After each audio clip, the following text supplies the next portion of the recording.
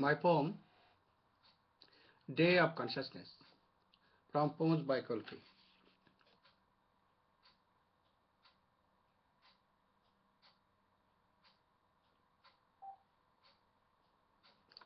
And from the author of Real Pattu 911.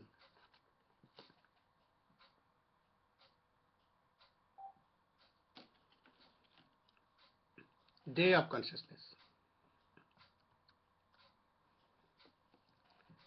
Let us make September the 11th a day of global consciousness, where rule of law, accountability, and openness are the themes of true participatory democratic governments, where scholars seeking truth as the seed for peaceful living, academics are vocal beyond journals and networking, corporations evolving for the benefit of all being, media wait for news before speculating, economists are not analysts for fear breeding, inquiry commissions can shut immediate public hearing, militaristic leaders not using propaganda video for war of supremacy, intelligence can't hide felons behind national security, where scientists educate mass against destructive technology, politicians serve the people before succumbing to lobbying, doctors advise patients against products intoxicating, lawyers don't prey on victims for profit making, judges ensure innocence till proven guilty, where tax revenue are spent mostly for general well-being, military can never grow out of control as bullies, rather help nations during national emergencies, fight against abuse for peace, freedom, and justice.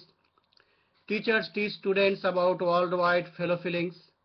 Religious leaders embrace truth before preaching, enlightening people in the light of mercy and giving, knowing God is universal, omnipresent, and all-encompassing.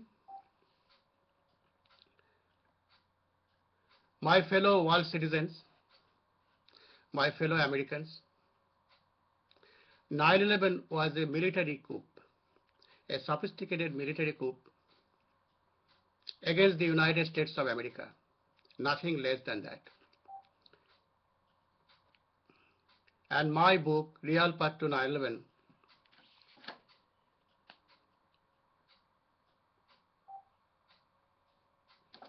it really established the truth, analyzing every aspect of government procedures and all the actions, everything that was changed on that day for the coup to go through, including FBI director. A sophisticated false flag operation like 9/11 has an organizational structure with three basic levels: architectural, operational, and working. Atta and the 19 Arabs blamed as the hijackers of 9/11 were part of the working level and were simply part of the deception. That is, after all, how false flag terror works. Andreas von Buelow, the former head of the parliamentary commission that oversaw the German intelligence agencies, if they were to do real investigations, we would see several significant high-level criminal prosecutions in this country, and that is something that they are not going to let out. And believe me, they will do everything to cover this up. Sybil Edmonds, former FBI translator. If our government had merely done nothing, and I say that as an old interceptor pilot, I know the drill, I know what it takes, I know how long it takes, I know what the procedures are, I know what they were, and I know what they have changed them to.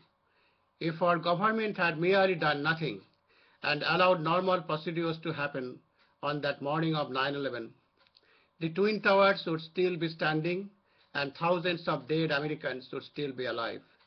That is treason. Colonel Dr. Robert Bowman.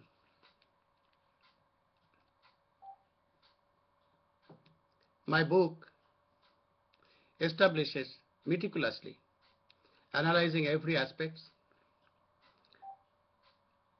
all the evidences out there from the very morning, and all people involved for accountabilities, their statements they made, and it goes back to 1990-80, the formation of the shadow government under Reagan-Bush administration, which took over the entire Bush administration during 9/11 operation. Bush was not the president at that time. Dick Cheney, Donald Rumsfeld,